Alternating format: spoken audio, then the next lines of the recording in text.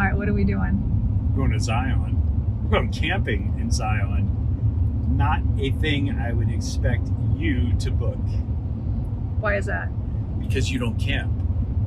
Because you're weak and you're soft. We're approaching Zion. What? What's so shit? You gotta get off here. Oh, okay. Oh my God. Stay on the road. You really have a problem. How we get over there?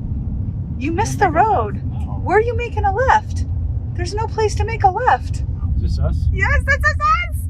This is us. Oh my gosh, look at that. Look at that. Wow. I've never been glamping before. I hope there are nudists. Stop it. No, we're in a normal place. Don't be a weirdo. Check the mic and make sure it sound right, boys. Hey listeners, ever wonder what it would be like to sell everything and travel the country at the tender age of 50? Well, with our last kid off to college and the ability to now work remotely, we've decided to do just that. So we're selling the house, loading up the dog, and hitting every city from California to Florida.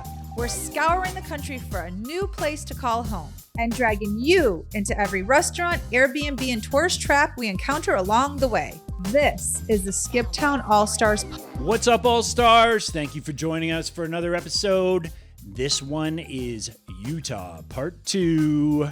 Thanks for joining the podcast. Before we get into it, wanted to please implore and remind you to check that Subscribe button.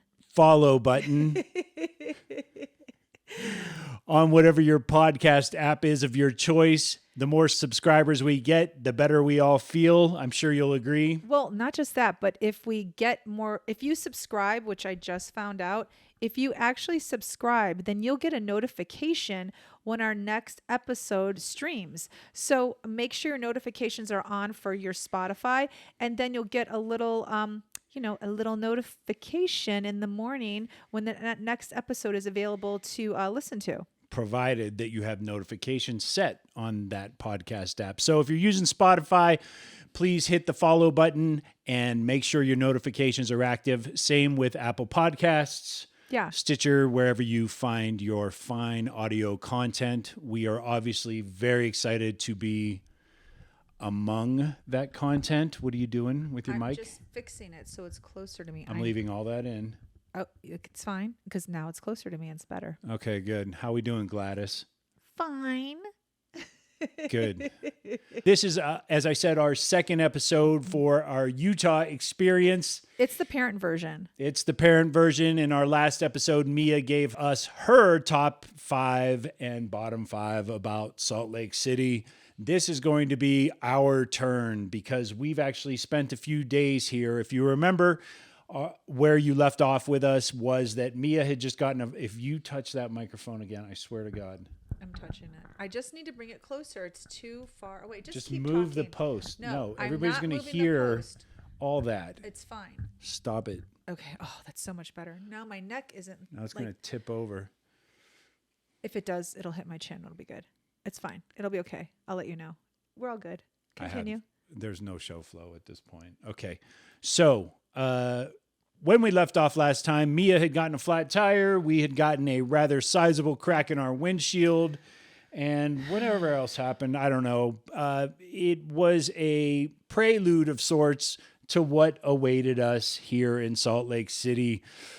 I regret to tell you, things did not improve markedly for the following 2 days. I went back as I was editing the episode with Mia in it, and I remember all of the hopeful joy that was in our voices as we were about to embark on her new apartment the very next day. All that hope was dashed upon the rocks, and Denise is going to tell us why. Go ahead. Okay, so my job for Utah was to plan our adventure. Now, there were a couple days going to be spent moving our daughter into her very first apartment. A sophomore in college now, and she gets her own apartment. It's kind of like standard. Kids move out of the dorms freshman year and share an apartment with a couple of friends sophomore year. So we were excited about moving her in. Usually for us in the past, move-ins have only been 2 days, honestly. Like you move in, on the first day. And then the second day, maybe you do a couple little things like normally go grocery shop and fill up the refrigerator. And then you're off to having a great dinner with the kid. This was a little bit different. So we were super, we were a little bit different. Wow. Okay. We were Okay. super excited about That's your lead in. Okay, go Yeah. ahead. we were super excited about moving her in. Now we had I booked because Utah was my job. Salt Lake City specifically. Yeah. So I booked 6 days in outside of Salt Lake City in a town called Midvale, an Airbnb, by the way. Matt and Shelly were amazing. If you ever It was want to a go great place. visit Salt Lake and you want to maybe stay outside the city, highly recommend this Airbnb. You can DM me. You can actually email us, ask us anything about it. Highly recommend. 28 minutes outside of the city. Beautiful townhome. 5 stars to Matt and Shelly for having a immaculate place for us to stay for 6 days. 5 stars. Yeah. Okay. So 2 of the days we're going to spend moving Mia in, and then, a few other days, like just doing things we wanted to do. And then I had some fun things planned. So move-in day was on a Friday, and that was going to be spent moving her in all day. Then maybe a little bit morning of Saturday, just kind of going grocery shopping and getting her tucked away. And then I wanted to go to Sundance on Saturday, and I was going to have Mia come with us and maybe spend the night. And then, I'm sorry, did I say Sunday or Saturday? You said Saturday. Okay, which is correct. So Saturday, after getting her groceries in the morning, go to Sundance, spend the day there and the evening, have Mia join us, and then take a drive over to Park City because the 2 parks are only about 35 to 40 minutes from each other. Now, Utah has 2 really great resorts, one of them being Sundance and another being Park City. There are many resorts in Utah, but those are the most popular and the ones that most people have heard about. And since James and I have been to Utah, we have yet to see either one of those destinations, those resorts. So we thought, what the heck? We're going to go. We'll do it Saturday and Sunday. Then we leave Salt Lake City on Monday and head to our next place. But what ended up happening was that Friday when we went to go move Mia into her new apartment. We got punched in the nuts. Pretty much. Yep, pretty much. So there are 10 apartment buildings that are 4 units. So they're just 2 floors, 2 units on top, 2 units on the bottom with a staircase that runs in between them. I'm painting the picture. Red brick on the outside, white windows. It has a big spa in the middle of these 10 buildings. It's very normal for the college kids to move into these apartments as it's right across from the campus. It's called University Gardens. So it even sounds like it's a place you should move into right off the campus. Like the finest of trailer parks. Yep. We get out of our car. We are so excited. We just did our Target run. We're smiles everywhere. The van is full of unnecessary items. No, they were all necessary. Okay, go on. And we start loading up. We open up the door to the building, her unit, her building, and cut to. We are slapped in the face with funk and filth leading up the stairs. First in the landing, there were papers and I don't know what else. Hairballs. There were like fur balls. Human the carpet had hairballs. not. So it was picture, if you will, gray industrial carpet that everything sticks to. And whatever was sticking to it had been there for months. Fur balls on the bottom. There were some used masks from the COVID era about 4 steps up. And we knew it wasn't going to get any better. When we rounded the bend to the top of her landing, there was a Dutch Bros coffee cup that had been there at least a month. It was a science project. It had mold in it. And things did not get better once we got inside their apartment. We met her additional roommate. She's moving in with one girl. There was another girl that was matched up with them. Very sweet girl. But she was really upset. She was also beside herself at the state of affairs inside this building. Inside their unit, too. Yes. Dirt everywhere. Nothing had been swept, wiped, clean, scrubbed. None of that had happened. Whatever cleaning crew was supposed to have appeared in the 2 weeks since the prior tenants moved out did not happen. So our initial shock was We just have a how lot of work to do. filthy. Yeah, just how filthy this place was. And before we can even put stuff down on the floor, we had to get the floor scrubbed. So that was bad enough. Now, when I went to college, I lived in a frat house. There were some grungy times. There were times where the guys wouldn't clean the kitchen. I remember for a while, our shower in the basement had the foundation eroded and there was mud in our shower as we would take our showers. We eventually fixed that. We were a bunch of industrious guys. A couple guys got together, poured some concrete, shower fixed, no problem. I lived in an old rickety house. This was an old rickety apartment building, which in my view could have been fine. And I use the word fine because it was getting no better than that. Had it not been just riddled with garbage from whoever was living there before. Okay, so to paint this picture more clear, this wasn't just one building. So there are about 10 buildings like this one on this property. So it's 10 buildings with 4 units in them. And we're talking hundreds of college kids. We're moving in on Friday. School starts on Monday. This company had us between a rock and a hard place. I mean, what are you going to do? So we get there and immediately I freak out and I say, I need to find out what the hell happened. What is going on here? What is going on?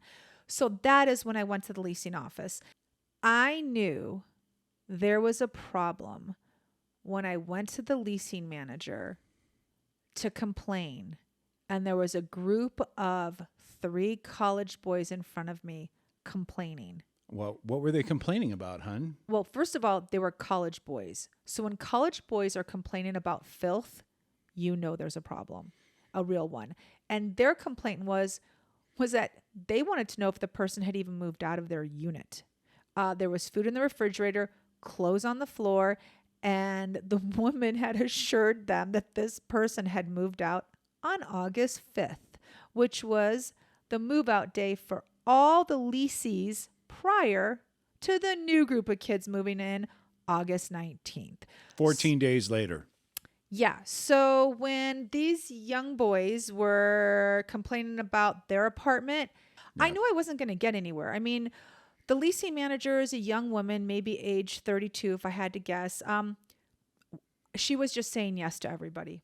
What else could she say? Yes, I'm going to get this fixed. Yes, I'm going to get that fixed.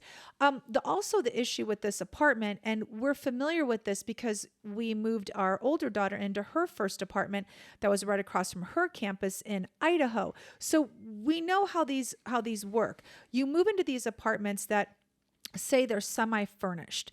And what it is that they give you a couch, maybe a chair or a love seat, a coffee table, and then they give you a bed as well. Some of the rooms will have 2 beds because you'll have a roommate. Others will be singles. It could be, an apartment with 2 bedrooms and 2 singles, or an apartment with 2 bedrooms and 1 bedroom has, 2 beds, 2 twin beds, and the other one's a single. There's a different variation. In any case, they're all kind of the same. Generally speaking, you get what you pay for. If you're going to bunk up with somebody else in your room, you get a reduction in your rent. Right. But the point is that they're usually furnished. They come with the beds and they come with the little end table, whatever the case may be. So all our experience has been is with our older daughter and then with Ellie, because Ellie just moved into an apartment. So it's temporary, but she did move into one in Seattle. So we got to see what that setup was like. This setup, basic and clean, are the words you want to look for. That's generally what they are when you move into these places. Basic and clean. Yeah, this setup in Utah was not either one of those setups. So in this apartment, yes, we had a couch. There was a love seat. We did have a coffee table. The bathroom had a tub, a sink, and a toilet. There was no even shower rod. There was no hand towel holder. There was no cabinet in the bathroom. The bedroom was so small with the 2 beds that were in there that her closet, she only had one bar in her tiny, tiny closet. And I said, okay, no big deal. I'm going to get you another tension bar. So you have a second bar so you can hang things underneath your first bar. It was 21 inches. Tension bars start at 27. So she could hang maybe, I think, 20 hangers on this little bar for her clothing. But the whole thing was just, it was a bait and switch. It was. That's the best way to describe it. I could sit here all day and tell you how terrible it was. It was truly a bait and switch. But the worst thing about it was that, what were we going to do? I mean, it was Friday and she had to go to school on Monday. So we're all sitting there in disbelief at this apartment because it's filthy. So we unload the sink didn't work. The internet was not working. Mia was missing blinds on her window. In her bedroom. Everything was filthy. And the spa outside was a murky algae-like green. Yeah, it had lily pads and frogs in it. So the whole thing is this building, like they sport a spa. Like that's the whole thing. Come rent. There we have a beautiful spa. It was green. It was gross. So where we normally would have started right away, like putting like plates and cabinets and, getting her bedding together, we couldn't do that. Like we literally had to leave to go buy heavy duty cleaning supplies. I mean, we bought like the basics, but then we knew, this wasn't just a matter of sanitizing and then being able to put your silverware somewhere. And there came a point where I remember fondly back in the spring of last year. Was it the spring when Mia and her roommate were looking for apartments, and one of them had fallen through because they hadn't gotten the paperwork in on time. And this one was referred to them by a friend who was a boy. Is a college boy. A boy. Who had no problem living here. Again, going back to what I said, my experience was when I was in college, we put up with a lot. We can handle a lot as long as it means we don't have to move home with mom. We're good. I will never take housing recommendations from a male. Never. I mean, maybe I'll start doing it over the age of 40. So Denise had already ripped some ass, plain and simple. And we had gone back into the apartment. We commiserated for a while and we all agreed, okay, it's time to go get some cleaning supplies. So as we're sitting in the van, I'm trying to think of a tactful way to tell everybody, hey, look, I'm paying the rent and I'm paying for all the stuff that goes into this apartment. I'm not going to spend my afternoon scrubbing this place. I'm just so sorry. And so I was about to pull the dad wallet card. I'm not going to lie. And I'm like, you pick this place, you clean this place. That's how it's going to be. And as I'm sort of pontificating just how tactfully not to have an entire van full of people mutiny against me, Denise starts backing out. And then she says, you know what? I can't let this go. And then she throws it into drive again, parks the car, shuts the car off. And then I see her make a beeline back to the rental office. And I knew right away, okay, this is going to be a 10 to 15 minute endeavor because Denise is going to rip some ass for a second time because she's so in disbelief. So her friend Erin in the middle of this calls and says, hey, how's it going? How's move-in going? And I'm like, well, Denise can't come to the phone right now, Erin, because she's in the middle of ripping some ass again. So we sat there for a little bit and then finally you came back. I got to tell you, your demeanor had not changed that much. Okay. It had gone from anger and disbelief to despair at that point.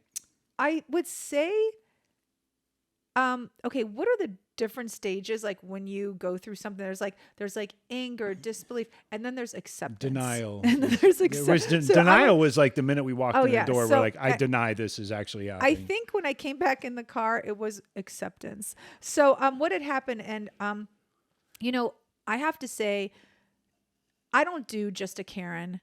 Because I'm not about like just bitching for the sake of bitching. Like I want you to explain to me why it is the way it is. I need to know. And I really appreciate that James lets me be me. When I threw it back into park and I said, I'm sorry, I can't, I gotta go. I didn't even have to finish my sentence. He didn't look up from his phone. He said, he just said, Well, there's a "See ya." Kansas City like sub story in There's here. many though. There's many stories that we can reiterate, you know. But any case, he lets me be me, and I'm so appreciative for that. Like he doesn't even stop to say, "Hey, you might be wasting your time." There's none of that. He's like, "Go get him." So I walk back to the leasing office now. This is probably an hour and a half, 2 hours after I first was in the leasing office. And there's still a bunch of people down there still complaining about their apartments. Yep. And, you know, I've got to say, there is well, I'll say this later. Let me just get to this point. I'm next in line. She sees me. I see her. There's a recognition Yes. that takes place And in the blink of an eye. And I realize she may start to cry. Now, this girl is like 32 years old. Move-in started at 9 a.m. It's 5 p.m. at this point. I don't want her to cry. I don't want her to leave. I don't want her to quit. She's the only person manning the ship now. If we lose her, we're really... She's the only one with the phone number to the cleaning crew. Yeah, we're really done. So I just asked her, I said, look, I just need to know how this happened. I said, everyone moved out August 5th. It's August 19th. Just please, I said to her, if you explain it to me, I'll understand it. Just explain it. And she just stared at me. Well, she said it had been cleaned. Well, she's just stared at me. And then she did say it had been cleaned. And I said, it hasn't. I said, it hasn't. And if they told you it was cleaned, the unit was cleaned, they lied to you and you have to get your money back from this cleaning company. And then she just stared at me some more. And I said, okay. Because she couldn't really give me an answer as to why the pool was green. She said something about they called the maintenance man. It's being repaired. Yeah, it was all yes answers. Like, yes, it's being repaired. Yes, we'll come fix this. And then I just said, okay, quick question. Would you let your kid move into this apartment? And she said, nope. Nope. That was it. That was it. That was it. I said, thank you. I turned around. I walked out. What can you say? And from the walk to the leasing office to our car, I already thought in my head, we have to move Mia. Because the girl gave me the most honest answer.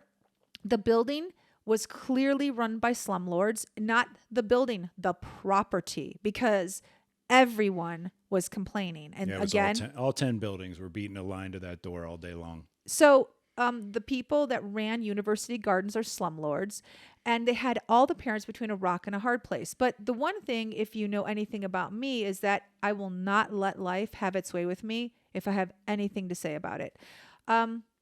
There are certain things that happen. You have no say, but there are other things that happen that you do not have to allow yourself to be a victim. And this was one of them. I was not going to allow this to happen to Mia, basically. Like, how could they do a bait and switch on her? I knew it would cost us money, but I was willing to lose that money and move her into a new apartment. So I walked back. I sat in the car. I looked at him. There was defeat on my face. And I said, we have to move her. Yeah. And he said, okay. Because he knew you can't take blood from a stone. This company is how they do business. Well, the property owner was clearly nowhere to be found that day. Well, he doesn't live there. Right. He does. And so. Well, no, yeah, of course he doesn't live there, but I know he doesn't live there. She told me. I know. It's clear. Why would he live there? Why would he live there? I know he doesn't live there. That's what I'm saying. I'm absolutely 100% confident he doesn't live there. Because if he did live there, he would at least have some knowledge as to some of the stuff that's going on. So, he probably has full knowledge of what's going on, but he wants nothing to do with it. He was not showing his face there that day for any reason. And I did send an email because I'm notorious for that too. I'm a letter writer. A sternly worded letter. Yeah, I'm a letter writer. So I sent an email to her boss, who was not the property owner, but right below the property owner. And she said, he'll get back to you really quickly. Yeah, it has been almost a week now. Haven't heard from him. I sent 2 emails and they both stated that my fee to clean was $200 a day, as I will be deducting that from the rent. But because here's what happened. So let's go back. I get in the car, defeated. And I say to James and everyone in the car, meaning Mia and her roommate, Sierra, we have to move. So willing to lose deposit, first and last month's rent, but I'm not going to have my daughter live in this shithole. Cut to 4 people in the same van looking at the same websites. for the same apartments for the next hour and a half. We sat there. The No, engine was I don't running. think it was an hour and a half. I think we sat there Maybe for about an hour, and then at least an hour. And then we had a good long conversation. We even went and saw an apartment. Yeah. I am very proactive in my life. I really try to help other people be proactive in theirs. But at a certain point, even if it's your daughter, you have to let them make their own decisions. And for her, there were more benefits to this place than moving And out. staying with her roommate. Yes. Yes, it was. They're a package deal. They are. And the location is right across from the university. Any place we would have found at that point was a little further out. She knew people on the property that were living in other buildings. There were just the ease, I think, and not having to get a new roommate because her roommate was not going to be able to move. Those were Mia's deciding factors, and James and I, in the end, had to respect them. Yeah. When we dropped them to go look at the other apartment building, when they stepped out of the car, I looked over at you and we were kind of thinking the same thing. And I just said, you know what? This is her bed. She's going to lie in this and make it better. It's up to her to get this place clean and beautify it and improve her living situation within those four walls as best she can for the rest of the school year, because this is what they've selected. This is the place they've selected. That is a great way to put it, James. This is what they selected. And you're right. We would not have picked this for her. I'm honestly at that age, I was so happy to move out of the house. I would have moved in here, no problem. So, but I'm a guy. Okay, you know what? To I be would fair, have been a little pissed off that it was messy when I showed up and that there was junk and garbage everywhere. I would have expected empty floors and empty walls. I know, but I do remember I was telling a friend of mine afterward about the apartment, and she said to me on the phone, she goes, you know, there are some kids that don't see a problem with that apartment at all. Yeah. And when she said that, I had to just stop. Once it was clean, finally, it looked like an old junky apartment. And old and junky is totally fine if you're a 19-year-old student who doesn't want to live in the dorms anymore and doesn't want to deal with an RA and wants a little bit of a fridge to put your own stuff and a place to study and hang out and party a mile from campus. It was not the place her sisters would have picked for themselves, but Mia and her friend were like, we will make this work. Yeah. So, hey, more power to them. They did. It looks cute now. It does. So Friday and Saturday were spent getting her apartment basically move-in ready. We left that building at 11 p.m. on Saturday. So any plans I had made for us as a family to do something outside of, Salt Lake City were in the trash can at this point, which is fine because we wanted Mia's apartment to be ready for her. But so James shows up. Well, Tell them a little bit about your Saturday. I start out in the morning.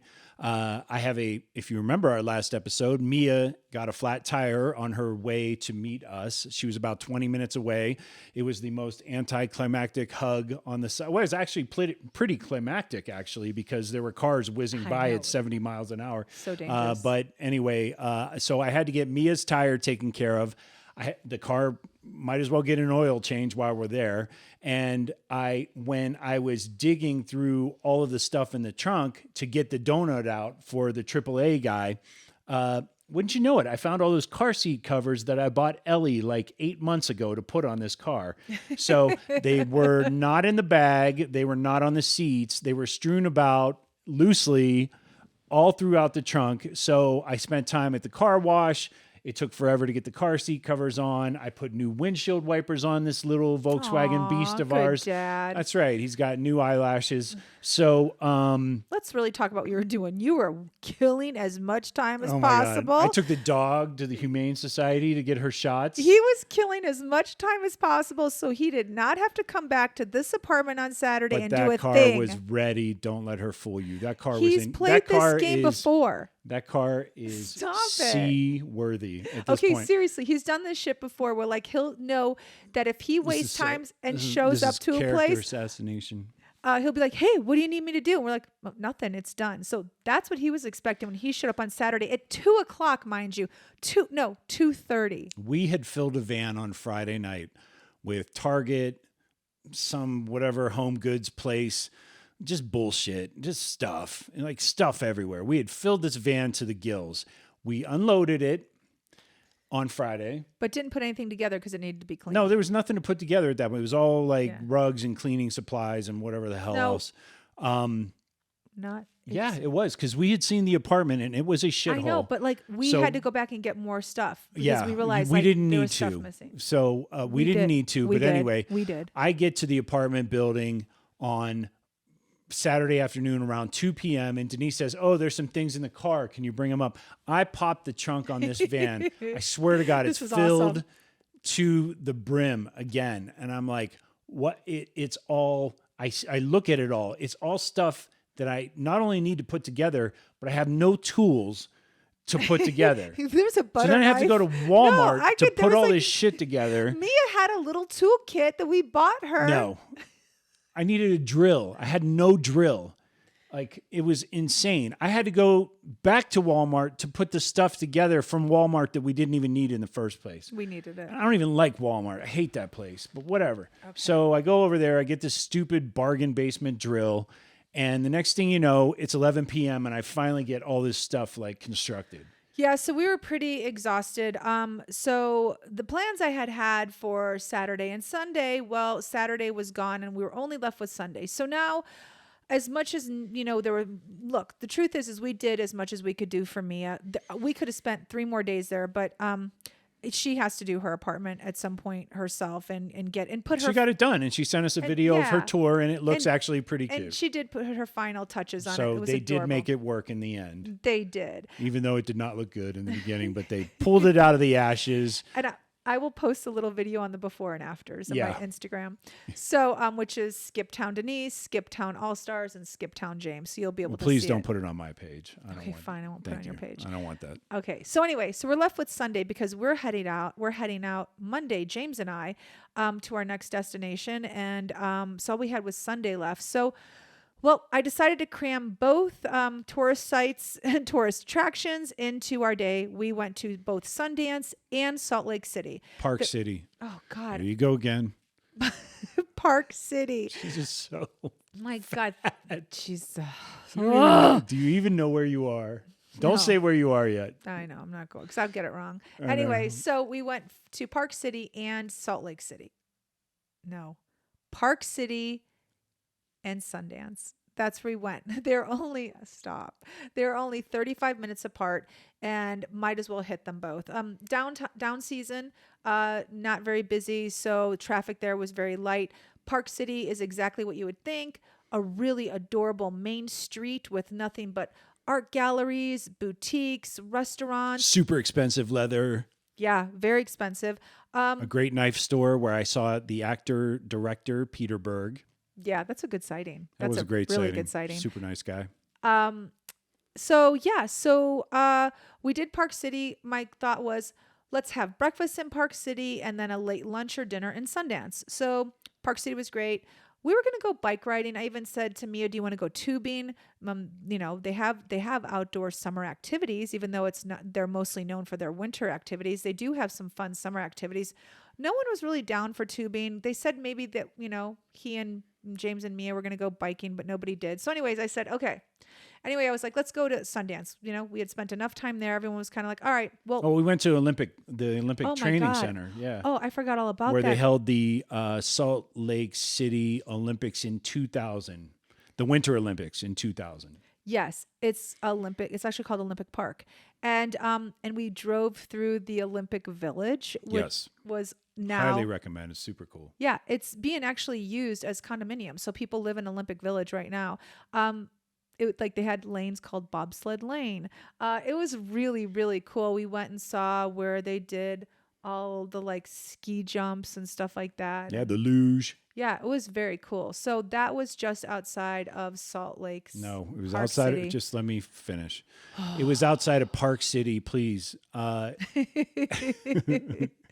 It was outside of Park City. In fact, we from Salt Lake City, we passed it on the way to Park City, so we actually doubled back just so we could go see it. It was totally worth it. Kids can walk around for an hour and a half. They have the Paralympics there. They also have a pool now, which I think, if we looked in the history of it, which, we read a little bit about it, they have a pool, which they didn't It's an have entirely before. like a training facility Yes. now. Now it is So turned into a full-on- for Olympic aspirants, Yeah. I guess, for lack of a better word. Yeah. Olympic athletes. Olympic and hopefuls, trainings. yeah. Yeah. So It's Olympic Training Center now. It's very, very cool.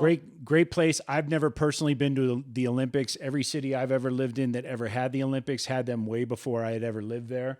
So it was cool to be in the environment. It's actually inspiring to the point where if we're ever in a city or country where they're actually having them, like, we need to buy tickets and I attend agree. some of the events. So, Yeah, I kept saying to him, I cannot believe I'm in Olympic Village. I can't believe I'm in Olympic Village. It's just townhouses, Yeah. but it's like these amazing athletes were here. I'm walking the same ground they were walking. Like, that's impressive. okay, so let me tell the people then. Next, we went to Sundance. Go ahead. Yes, he is correct. One thing I learned about Sundance that I did not know, and I don't know if any of you listeners here know this, Sundance is not a city. It is a resort. So when I got to Sundance, I asked them, "Oh, where is Main Street?" And they said, "You're here." And I said, "Wait, I thought there was a movie theater here." And they said, "Yes, there is. It's just down the walkway." There is no downtown Sundance. There is no yeah. Main Street. As you would expect. It's not a place where you can really drive through. You go, No. you park, and it's a resort where you walk to all of the attractions, Yeah, I guess. it's a resort. Yeah. So I did not realize that, and it made total sense to me then, because living in Los Angeles, I've had many friends who went to the Sundance film festivals, and Yeah. I've also had friends who couldn't go because they couldn't get a hotel room, or they said parking's impossible. Well, oh my gosh. Okay, well, yeah, if Sundance Film Festival is being held at this resort, there's only a handful of cabins there. Parking is super minimal, and it's on a mountain road, not even a freeway or highway. It's a one lane going up and one lane going back. So if you're going to go to Sundance Film Festival, you actually have to travel pretty far from the next town over to get there. So I totally understand now when people say, "Oh, Sundance Film Festival is great," but there's no place to stay and there's no place to park. Yeah, I suspect you have to be a pretty big hotshot to get your reservation approved for the festival to stay on the property. So Brad Pitt probably stays on the property. Maybe. It always comes back to Brad Pitt, but okay. Okay, and the other thing that we learned, the resort is 450 acres, so it's very large.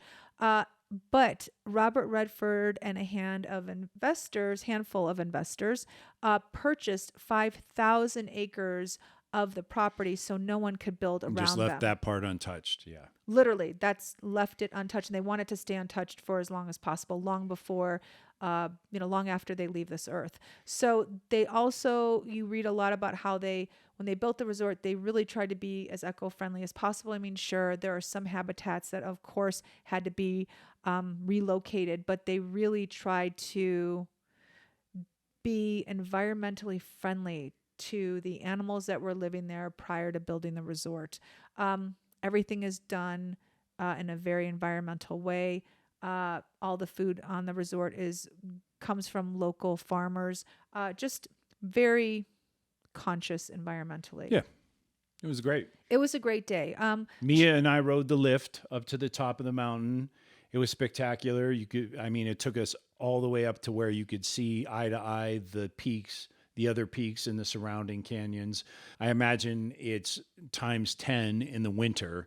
It seems like every bit the wonderland that you would expect it to be.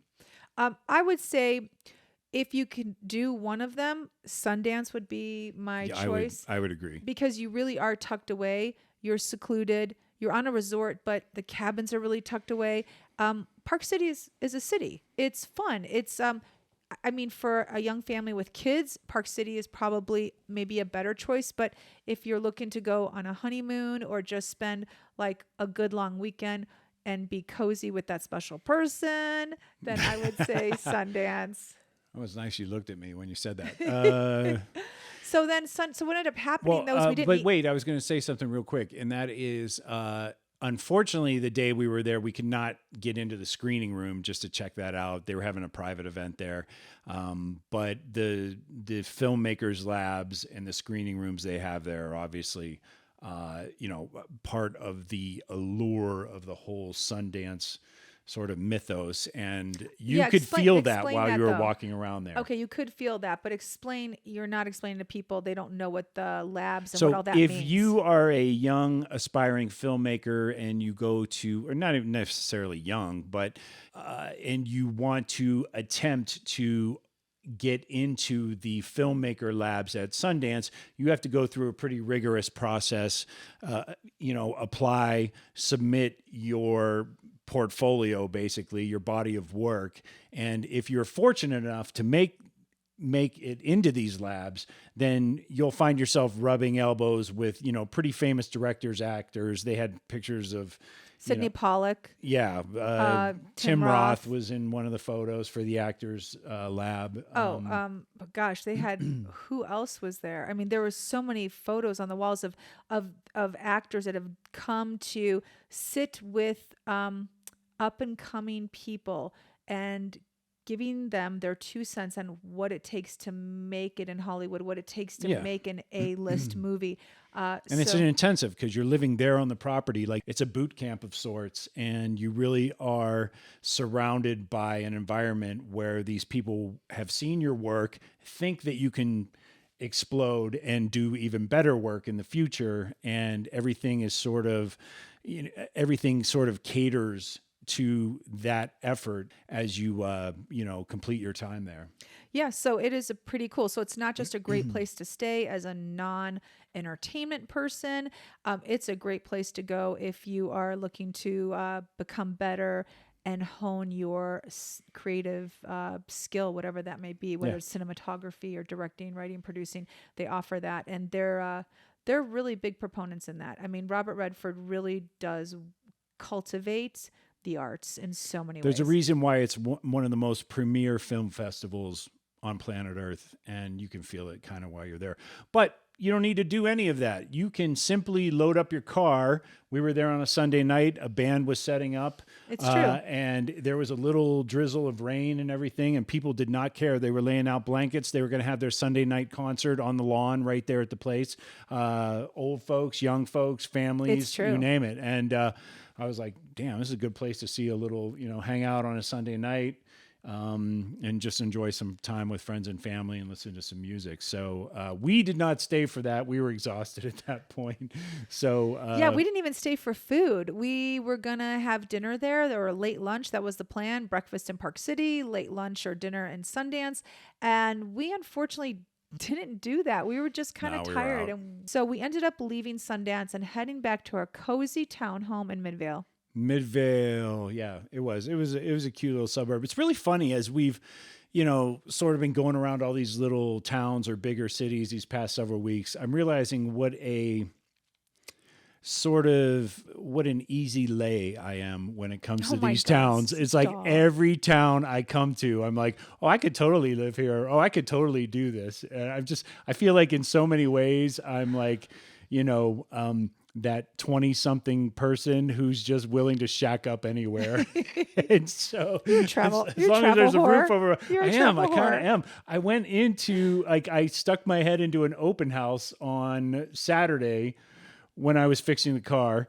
And you were just dragging your time. I looked around this place and I was like, wow, this is a really nice house. It was a bit on the high end for us. It was like, I think it was the upper 500s or something like that. I really don't want to get into a mortgage that expensive again, but I was looking around and I was like, holy cow, like I could totally live in this house. And it's just really funny because in the very last episode, I said, I don't want to drive 2 miles for coffee. That's stupid. I'd rather just live in a city and walk downstairs and get my coffee and all that stuff. So I don't know. I'm changing. Like my opinion's changing as the wind blows. Even Bend, Oregon, when we were there, the first morning I woke up, I was like, eh. And then by the time we left, I was like, oh, I really like West Bend, You cannot be counted on. I know. I'm realizing I'm probably like the least person who should be giving people advice on moving out or where to move or whatever. Maybe we should stop the podcast right now. We should probably just turn it off at the moment. Okay, anyway. Speaking of Bend, Oregon, I do want to touch on that for a moment. And I'm so glad you mentioned Bend.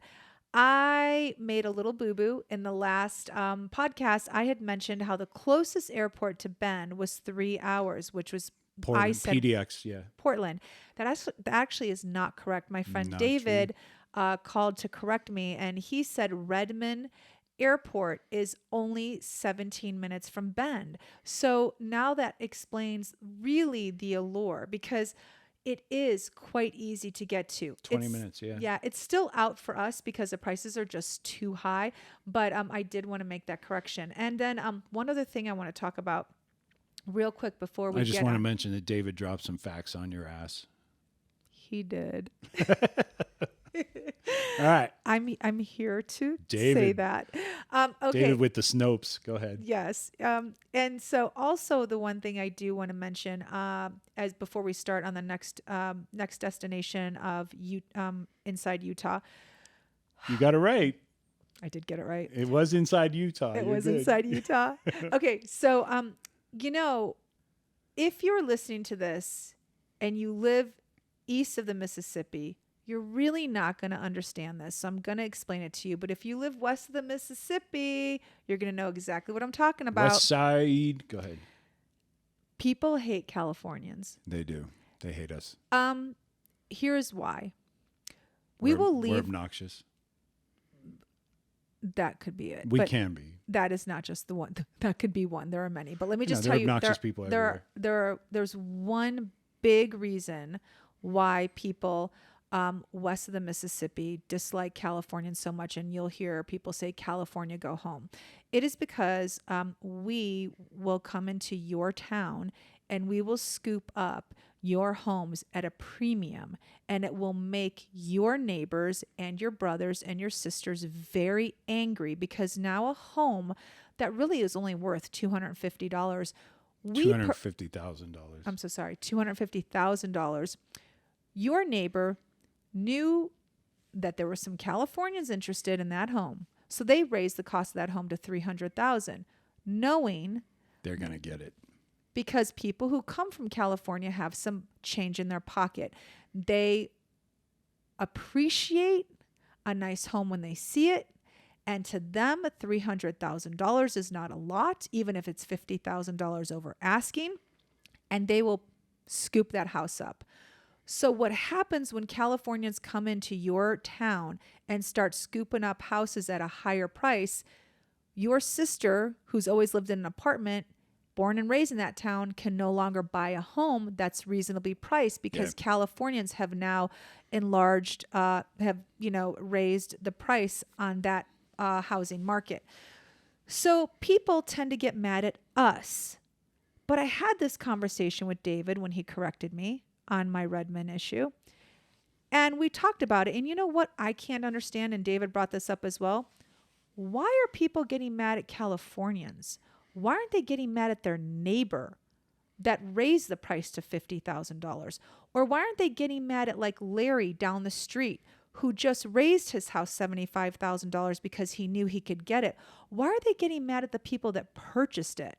I really had to think about that when I hung up with David, because that was a very good question. I have never asked myself or anyone who's given me attitude about buying a house in a different state, because I get attitude all the time about it. Like, oh, you're going to come here and now prices are going to go up. Well, get mad at your neighbor.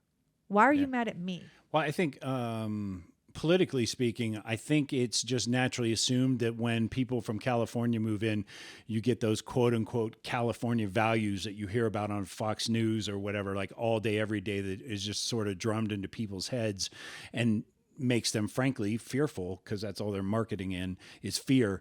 But I've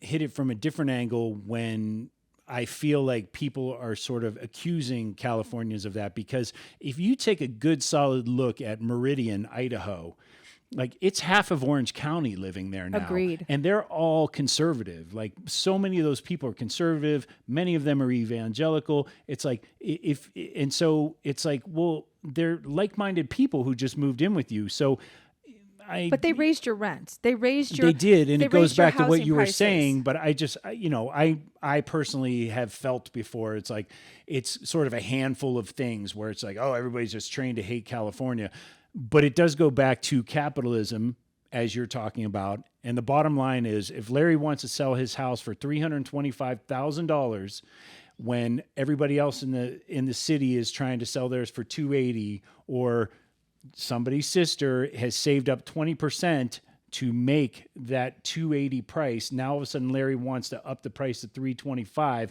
and that 20% nest egg is no longer a 20% nest egg. Be mad at Larry. Sure, Be people mad get at mad. I Larry. mean, like, I understand. Why are you going to be mad it's at changing, the whatever, person but it's buying like, it? you can't say we want no regulations on capitalism and then get mad at Larry for selling his damn house. It's like, I mean, it's like if and it. I mean, it's the cost of living in Los Angeles specifically, or any California major city, is so high that, you know, it really isn't. When we sell our homes from somewhere else and we move to another state, it's I'm not going to say it doesn't, like $20,000 is a lot of money no matter where you are, but if you really want that house and you know the value of having a house for 25, 26 years, a Californian will dip into their pocket and pull out that extra $20,000 if they have it, if they're so inclined, if they really believe the property is worth that much. So the whole, you know, pricing out real estate. I mean, you could just as easily blame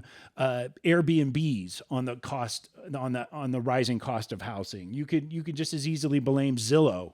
You know what I mean? Because no, I actually don't know it, because now you're going off on it. What are you talking about with Airbnb? I'm just saying, it's like, why just blame Californians? Like, all these multinational corporations buy up these properties and jack up the prices as well.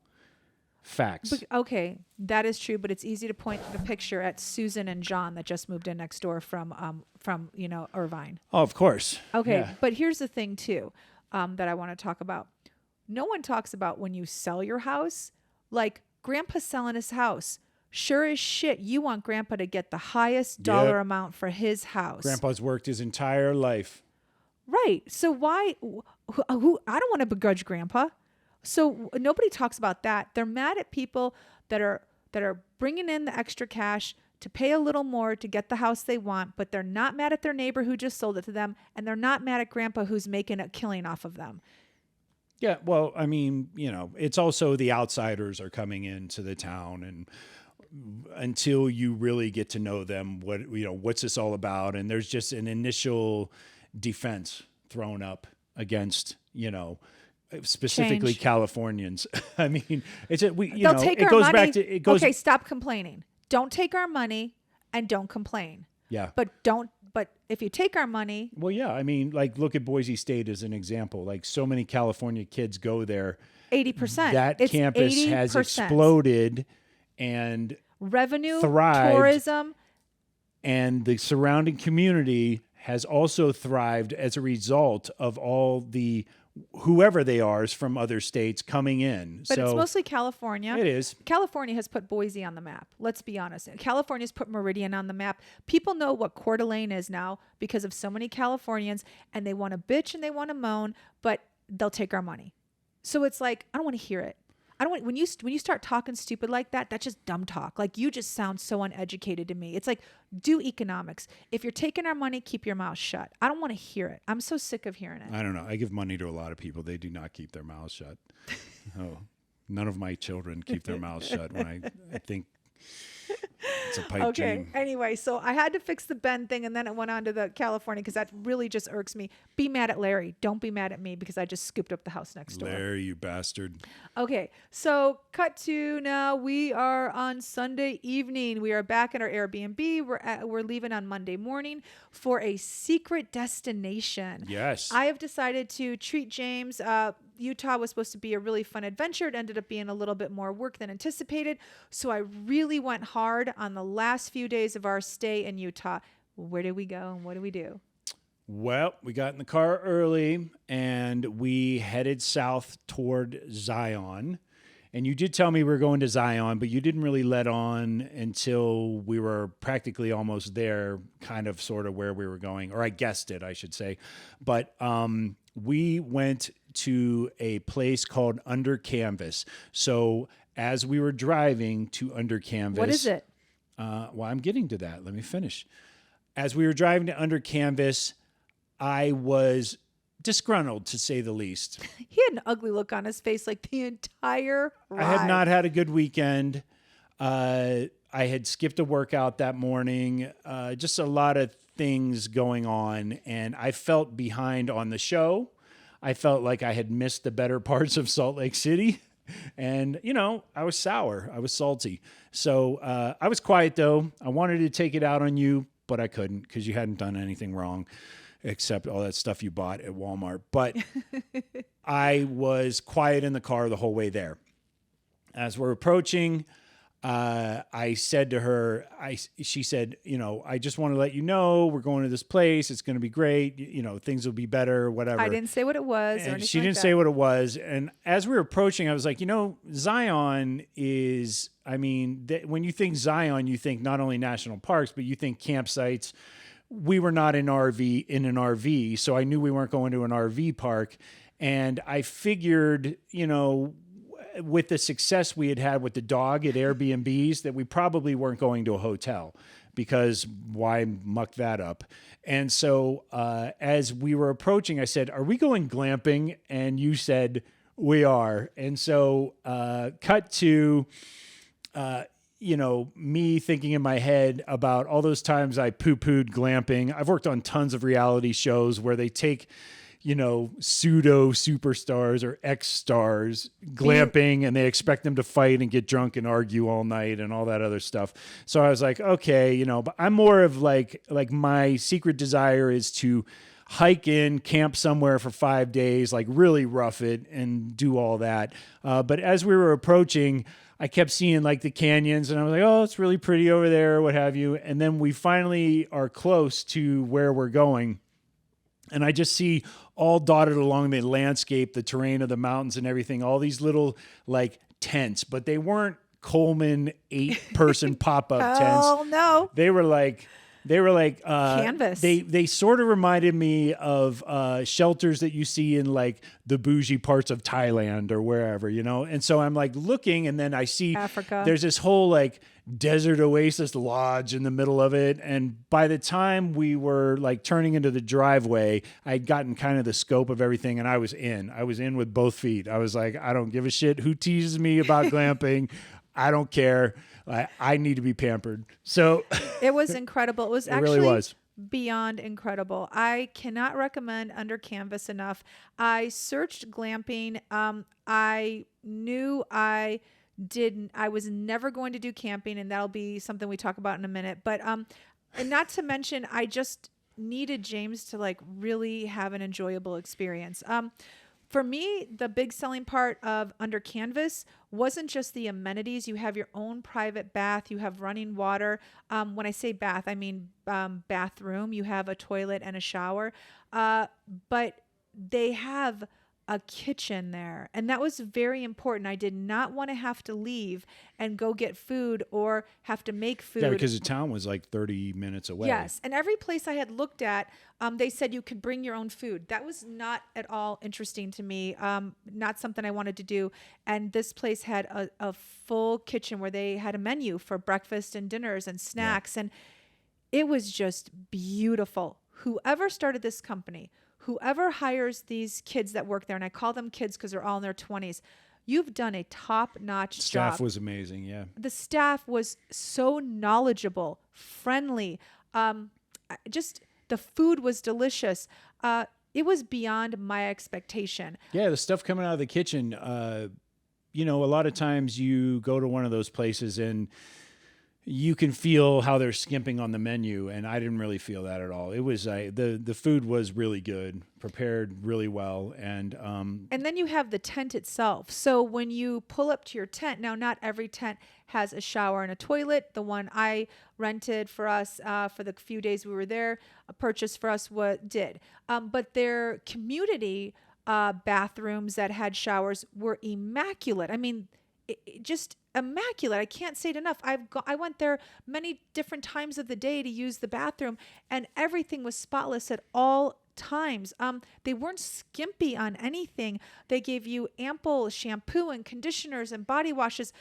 You walk in and the tent, oh my gosh, you have this porch, and our tent faced Zion. Yeah.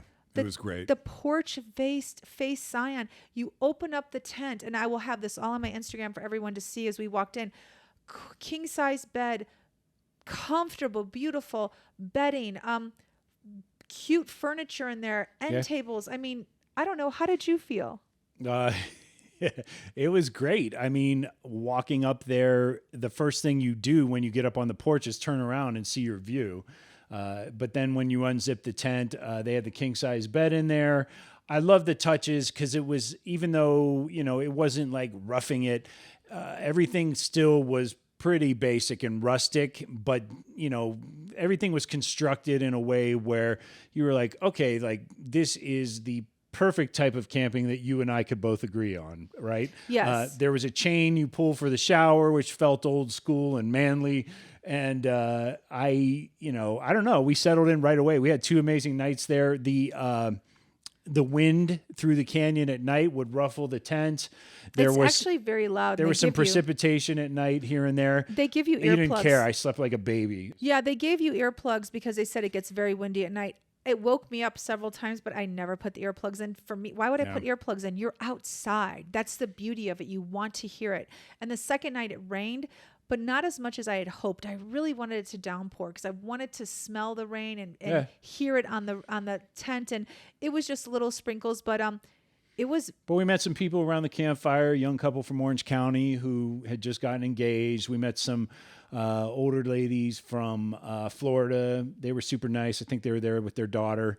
And it's, I don't know, it was just like kind of free. Like everybody who was there was just mellow and cool. And the campfire had these beautiful, I'm going to always say it wrong, they're Adirondack chairs around. Adirondack chairs around the fire. They gave you s'mores. I mean, it was just, it was really, the only word I can use is just magical. Yeah. And that is truly the word for this experience. It's called Under Canvas. At this point in my life, I would say one in Moab as well, you said. They have, I think, 4 around. Oh, wow. Yeah, Moab is one of them. And then I think they might have one in Bryce Canyon too. Oh, wow. But at this point in all the adventures I've taken, this was the best. I mean, I've been to Paris. I've been to Belgium. I've been to Hawaii. There was something different about this. And I don't know what it was. If it was easy. Yeah. And I like easy. It was good. The food was good.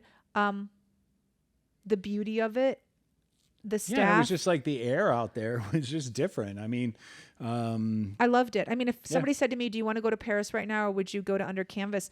I know it sounds stupid. I'd pick Under Canvas. When I think of Paris, I think of getting on a plane, having to take a rail. Like this, I would drive. This was none of that. It was the opposite of like, and when whatever I left feeling in Salt Lake City was gone within an hour of being at this place. I want to go back. I've already looked at the dates of when they close, and I know it's November 7th is their last day. I want to go back. I want to bring the girls. I don't know if we can.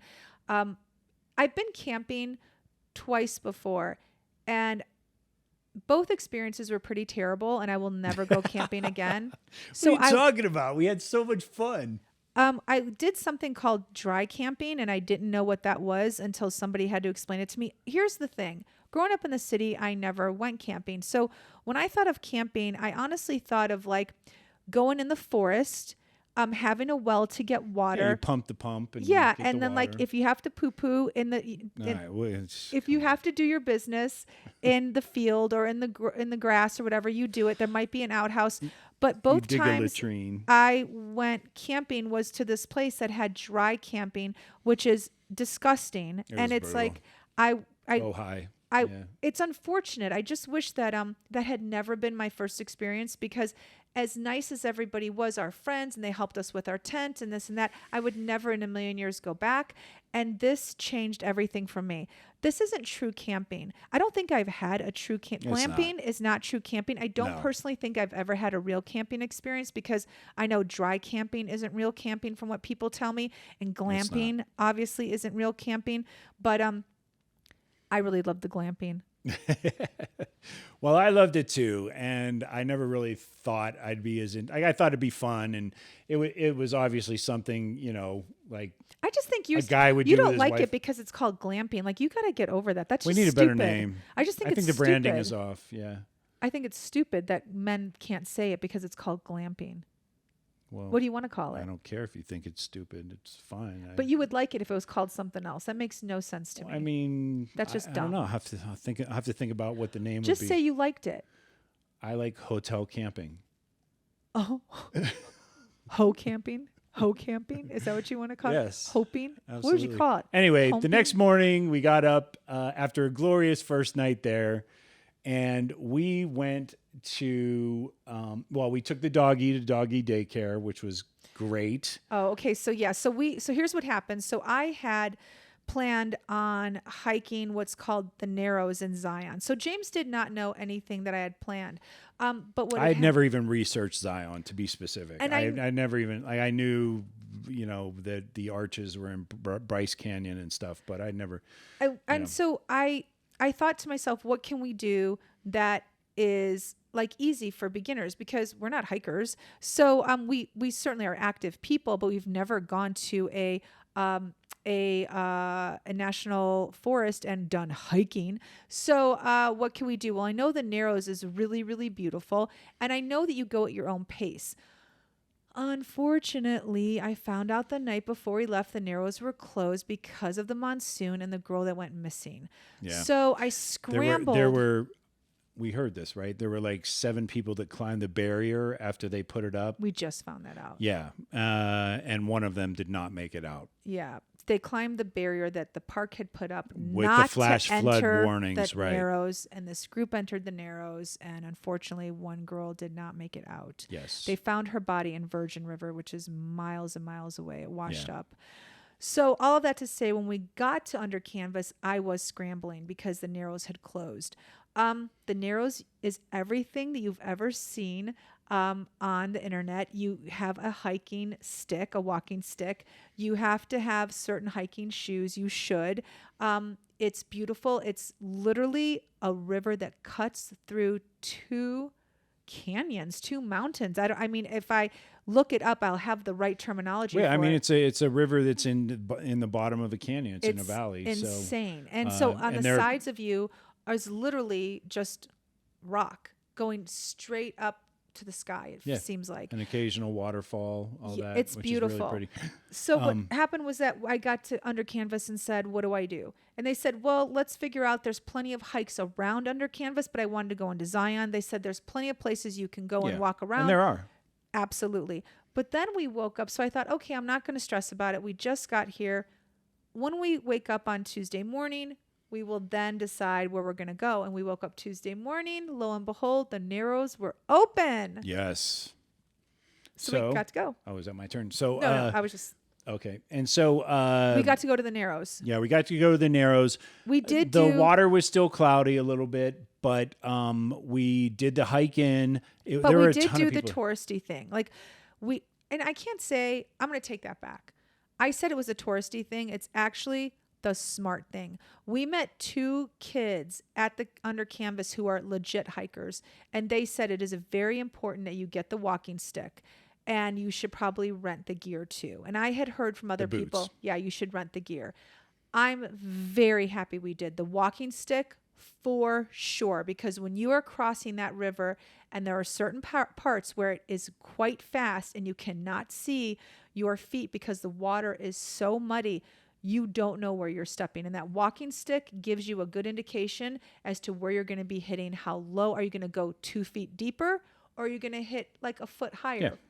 There were plenty of people doing it without either of those things. They were idiots. I mean, I saw people in flip I flops. mean, I was like, me okay, 20 years ago, I just- would have had a decent pair of like trail shoes on and maybe have forgotten the stick. But, at this age we're at right now, I'm really glad we rented the boots and we had the stick. Okay. There was one time I actually used the stick to keep myself from falling. And, but other than that, I mean, to your point, it was very helpful because the water was cloudy to be able to poke that stick down into the water and figure out and assess how deep the place was where you were just about to step, because there were plenty of times where we put that stick down and it kept going and we were like, we're not going that way. We're going to go around this other rock. So, yeah. I mean, I saw I have to say, just people are so crazy and irresponsible. Like, I saw a family make a grandma. She did not have she a was walking really stick. old. And I swear to God, she was in tennis shoes. Like, why are you doing that to your And grandmother? there were like 2 people helping her through, and they were at least a mile into the canyon when we passed them. And I was like, this is like not what good. purpose? Like she didn't even look like she was having fun, that grandma. Yeah. So it's like, for what purpose? You know, I just did not I know. understand that at all.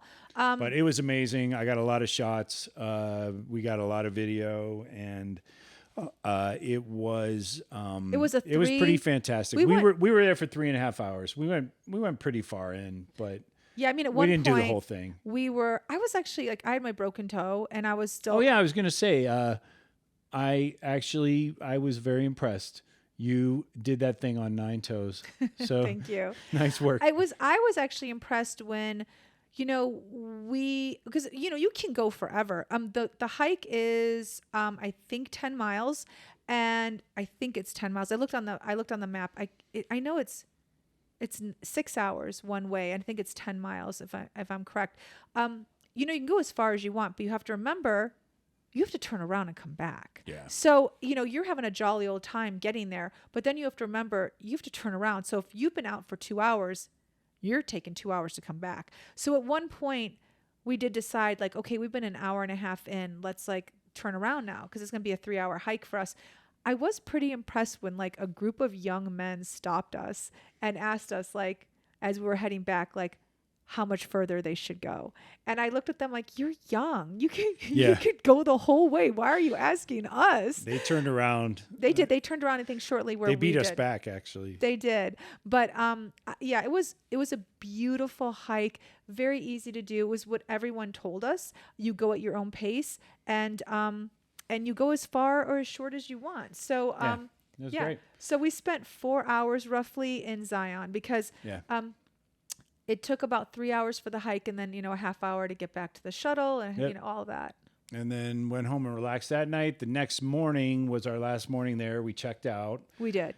Regrettably said It was goodbye to very everybody. hard. I wanted to stay another night. Yeah, it was tough. But then we went to Canyon Overlook, which is also another hike that some of the campfire people were telling us about a few nights before. And they said, yeah, it's a half mile in and a half mile out. So 1 mile round trip. And you can see almost, you know, like there actually were, when you get to the top, there's a little placard that tells you all the peaks you're looking at. And there were 4 like major peaks that you could see across this entire valley of Zion. So the funny thing is that we get there, and I say to James, how long do you think it's going to take? And he goes, 10 minutes up, 10 minutes back, because we both are thinking that the path, half mile, and the path to get to the Canyon Overlook is the same path that we took to get to the Narrows, which is a paved path. Right. So we're like, half a mile paved. Shit, we could do that, no problem. Yeah, we got this. So we started. So we parked the car on a cliff with like legit with like on a cliff. With like I couldn't get out on with my like side. 24 inches of gravel on your side of the car, between you and Death. eternity. And so we walk down, we get on the path. Well, the pavement runs out pretty fast in the first 20 feet. And then you look, and there are basically rock steps going up the side of the mountain. We got up maybe 100 yards, something like that. And you looked at me and you said, I'm out. I did, because what happened was, first of all, I have CrossFit shoes. And they're old ones, and they're like, might as well just be Chuck Taylors at the bottom. They're super, super slick. So I'm walking up these stone mountain steps, and my foot slips on, like, I don't know, maybe the 20th step. I'm like, nope, not doing this. Like, I'm not doing this. Like, and there's nothing. He couldn't pay me. You couldn't pay me to do it. Like, there's no way. So I said, I'm out. And he's like, what? And I go, I'm out. He goes, really? Really? You're out? Like, he's standing there in disbelief. And I go, yeah, I already slipped. He goes, I don't know what you're talking about. Boom. He fucking trips right there in front of me. It was awesome. I go, yep, that's it. I'm out. I was not out. I kept going. And he did. And I did. But as I went, I realized about maybe a quarter of a mile into this half mile that Denise had probably made the right decision to herself, because I got around a bend, and there was about maybe an 18-foot walkway with no guardrail And my God. people were sort of waiting for each other to come through on the whichever side. So basically, it was a 1-lane road. And as I'm walking, mind you, I had my camera, so I recorded a lot of this stuff. I can't wait to edit it together for you specifically, because then you could see then you will confirm what you didn't miss. I don't care. The truth is like when I walk down those stairs and walk back to the car, I honestly said to myself, I could see this on a postcard. I have a fear of heights. And most people don't know this about someone who has a fear of heights. And that is that you don't have a fear of being high up. What a lot of people, and it's not everyone's, but a lot of people, their fear of heights is they're going to throw themselves over. And I know it sounds crazy. They feel the urge to throw themselves over. Yes, and that is what I suffer from. So when I'm too high on an escalator, I have to white knuckle not to throw myself off the escalator. Oh, Jesus. I'm not kidding. It's painful. Like I can't do it. Like one time I was on top of a building. My friend has a friend who owns a building in LA and the helicopters come and land on it. So we had the opportunity to go up to the building. I was fine. I just sort of went to close to the edge of the building, just sort of. And somebody said to me, "You feel like you want to throw yourself over, don't you?" And I looked at him and I go, "How do you know?" And he said, "I'm afraid of heights too." And the more and more people I've met, that I've come in contact with, all have the same phenomenon. So when he came down from Canyon Overlook, he said, "You made the right choice." Because you get to the top and there is a guardrail for some of it, but then there are slanted rocks on either side that are at an angle where you can actually climb them rather easily and get up for an even higher view. And plenty of people were doing that. Those rocks were the ones you would have thrown yourself off. So anyway, I'm happy that you decided to opt out because they would have been fishing you. Oh, someone wants to go outside. She has to go to the bathroom. What? Okay, let's stop this right now. All right, we're going to pause for a second. We'll be right back to wrap up this episode. We got a couple more things we need to talk about, and I got to take care of this dog. Bye. Okay, so the dog did her business. Yeah, we're back. Yeah. We are. And so basically I didn't go up to that death plunge because as a someone who is afraid of heights, I already want to throw myself over. There you go. So the wrap up for Zion is fantastic. Take the wife to under canvas, take the kids to somewhere less expensive. That's true. Definitely do Canyon Overlook, but don't throw yourself off the drink. Yes. So that leads us to now the top five and bottom five of Utah. And right now we can only really say Salt Lake because Zion was fabulous. There was nothing that's bad about Zion.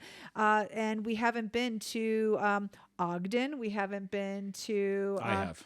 Okay, well, whatever. We're just going to do top five, bottom five of Salt Lake Just City. go for it. Top five, Utah. Go. Okay. One little game I want to just mention that James and I played while we were in Salt Lake. Hiker or homeless? Hiker or homeless? I remember this at Ellie's tournament. You had trouble deciding. Yeah, because when you are in Salt Lake City, you get a lot of hikers through that city that are headed to other parts of the state. And hot damn if they sometimes don't look like they're homeless. It was a game we had to play. How do you usually figure out if the hikers are hikers or if it is in fact a homeless person? What's your gauge? I think you have to look at the shoes. Oh, it's always the shoes. Yeah. Okay. You have to look at the shoes. If those shoes are trail ready, that's a hiker. Got it. That's usually my go-to. Yeah. Okay. All right. So my I wonder if everyone's wondering why we are so preoccupied with homeless people. Because we're surrounded by them. It appears in every episode. It'll appear in every single until we don't. It's find a Los Angeles thing, people. It's going to take us a while to get it out of our system. It's only going to take a while to get out of our system when I don't see it anymore, and that I hope will happen in a certain place, but I have yet to find it. It would be nice to find a place that has a way to effectively deal with the homeless issue. Yeah, so it will be. We will talk about it in every episode. I didn't see anyone homeless in Bend, Oregon. You didn't? No, I don't know if I was there long enough, but I did not. But okay, the top 5, bottom 5 for Utah. My top 5. Best lodging, hands down, a hotel called the Grand American. Well, for good reason. So sorry, a Grand America. Grand America. Yeah, it is insanity. It is decadence beyond. Opulent. Yep. Opulent is probably the right word. It's just beautiful. It's everything that you would think about an old Southern hotel. And it's not even Southern. It was insane. And at one point we were there. I said to my daughter, it wasn't particularly this visit, but I'm including it because it is a place that I think is one of the best things about Salt Lake City. I said, wow, there's a lot of tall guys here. Come to find out, it was an NBA team because the NBA The players. Sacramento Kings were staying there the same night we were to play the Utah Jazz. And it's not just the Sacramento Kings. It is every NBA team that comes through Salt Lake City. They stay at the Grand America. So if you're in Salt Lake or traveling through Salt Lake and you know there is a game, I would say spend the night at the Grand America. I know for a fact you will see tall basketball players in the lobby at any point, and their bus is right outside. Yep. Okay, that's one of them. Second, It's really pricey. it is. It's Super expensive. it is. Ellie's club team, they really love those nice places, didn't they? It was her volleyball team from high school. The club volleyball team. Yes, they did like the expensive places. Anyway. Thank God for that. I don't want to lead anybody astray when they see the sticker price. No, but it's worth it. Do it one night. Like it'll be one of those things where you're like, hey, I went to an NBA game. You went and saw the Phoenix Jazz play. Sorry. Oh my God. It's the Utah Jazz. Oh my Okay. God, So you went and saw the Just Utah stay Jazz. in your lane. You went and saw, look, this is how the night can go. I'm telling you right now. You went and saw the Utah Jazz If play. you see the Phoenix Jazz play, there's something afoot, okay? You went and saw the Utah Jazz play. You come back to your hotel and you see the NBA players at your hotel. That is incredible. Okay. So it's worth every penny spent if you are a sports fan. Okay. All right, moving on. Moving on. My top 5, that's one of them. The second one is Gourmandice. It is a great breakfast, lunch, and dinner place. I don't know how late they're open for dinner, but it is fantastic. Everything's fresh, organic, blah, blah, blah, all that bougie shit. Then you have their track system, which is their public transportation. It is an honor system. I don't know if you heard in our last podcast, our daughter said that. It is based on an honor system. Some people get on and don't pay. I pay because I am honest. You're an upstanding I citizen. really am. So it's like I think it's like a couple dollars per way, whichever way you go. The college kids ride for free. Their track system is electrical. It's really great. You can travel the city very easily on their track system. Another top for me is that everything closes on Sunday. I know it seems to be a problem for some people. I like it. Stay your ass home. Enjoy your family. You don't need to go out. I love everything closed on Sunday. I'm not feeling that part, but okay. Glad you like it. I like that Salt Lake City's downtown is pretty darn clean. Do they have a homeless issue? Yes. Do I wish I didn't see it here? Yes. Is the state run by Mormons who claim to be all about humans and the well-being of people? Yes. Well, with that being said, they should really address their homeless problem because they have one. But that aside, their downtown area is quite clean, considering the homeless people sleeping on the street. And then last but not least, their airport. Very easy in, very easy out, very clean, beautiful. Big airport, too. It is just the views are beautiful. Love it. Those are my top 5. Bottom 5, alcohol here is just straight up weird. I'm not going to lie. I don't drink alcohol. I don't really understand it. But when I do order a drink, I get a half a pour. It's really pointless. Why pay $15? Because there's still $15 for a half pour. So their alcohol issues are weird. I think that's so crazy. Homeless is my bottom 5. You need to deal with that. Construction, so sick of it. Everywhere we go, not just on the college campus, downtown has construction. My daughter mentioned it. I'm now mentioning it too. Then my last one, it's not cheap to eat here. It's just not. I found $5 orange juice very easily. So yeah, bottom 5, it's expensive to eat.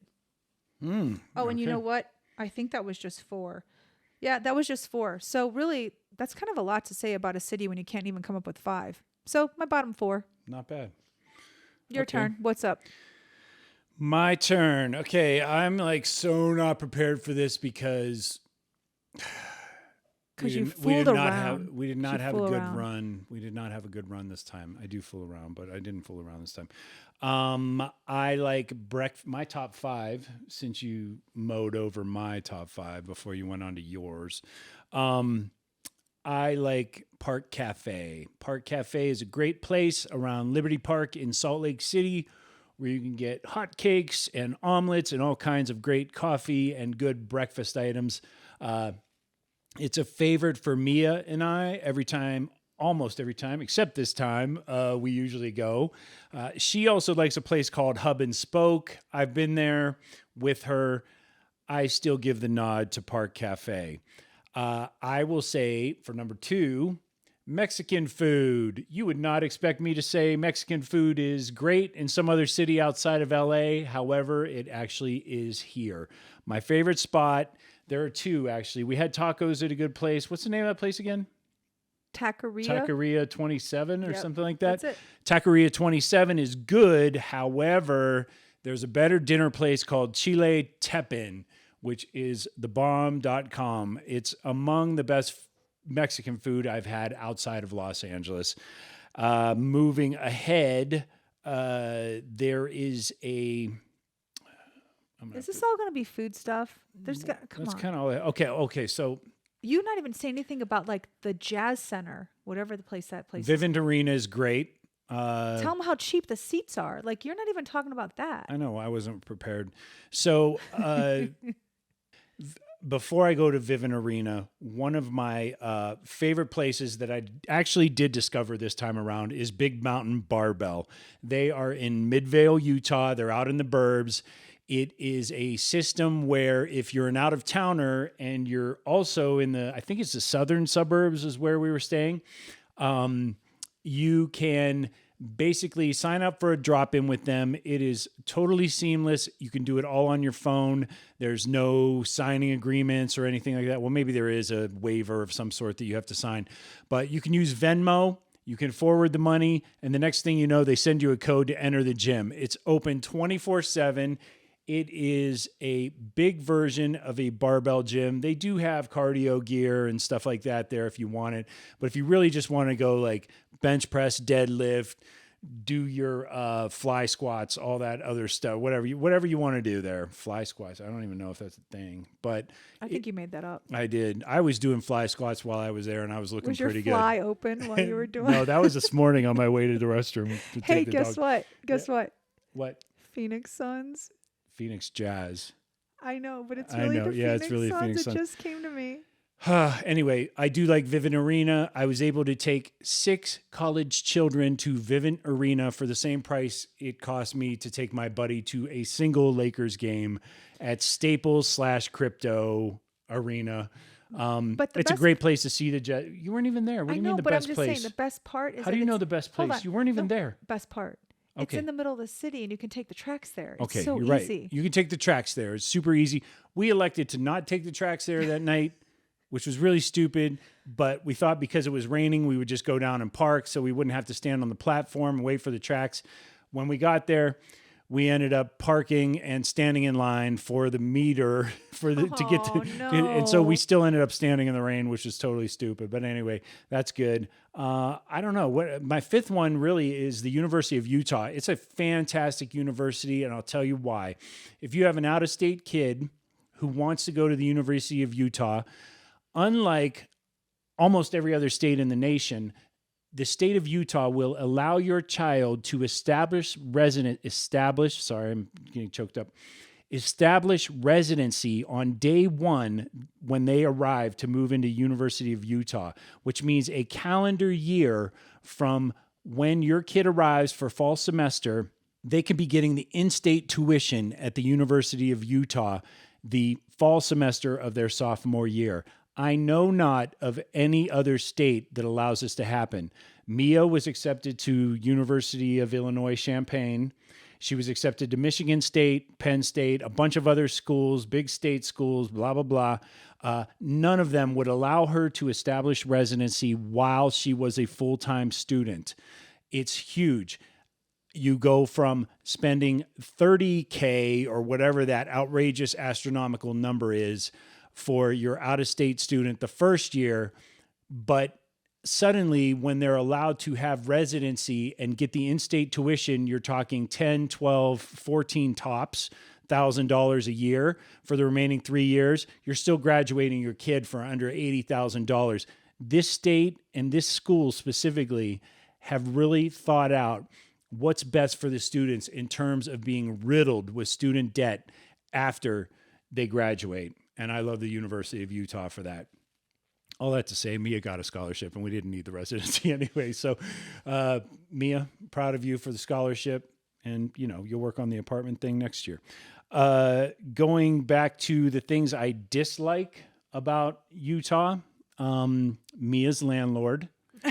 Oh my God. That should have been the top of my list. Are you kidding me?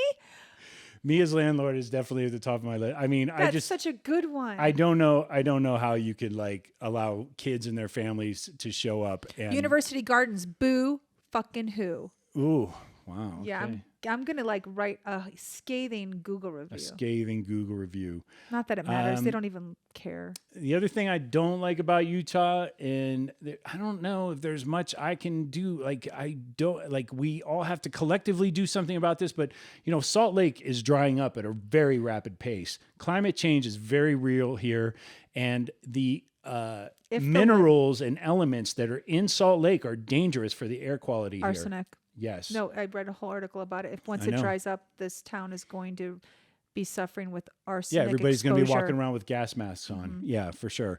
And it's bad. I mean, I noticed it this time around because we were here in the middle of summer. Last time I've been here in the spring, I've been here in the winter, but now you can kind of see the haze around the city a little bit. Yep. It's very reminiscent for a different reason of Los Angeles. So yeah, I don't know what they're doing about their water conservation. No idea. Yeah. The other thing you already mentioned was construction. It doesn't matter where we go. I mean, it's kind of been a theme everywhere. And then, I don't know. I don't really have that much that I dislike about this state, or I should say this city. Salt Lake has been very good to my kid. It's been very good to us as a family. Ellie won the tournament in Salt Lake when we were here. It is true. I don't really have too many problems. You have Zion, you have Moab, you have I think it's a beautiful Bryce state. Canyon. You have all these amazing places where you can take it. You have Sundance. You have there are so many beautiful places in Utah. It's really spectacular.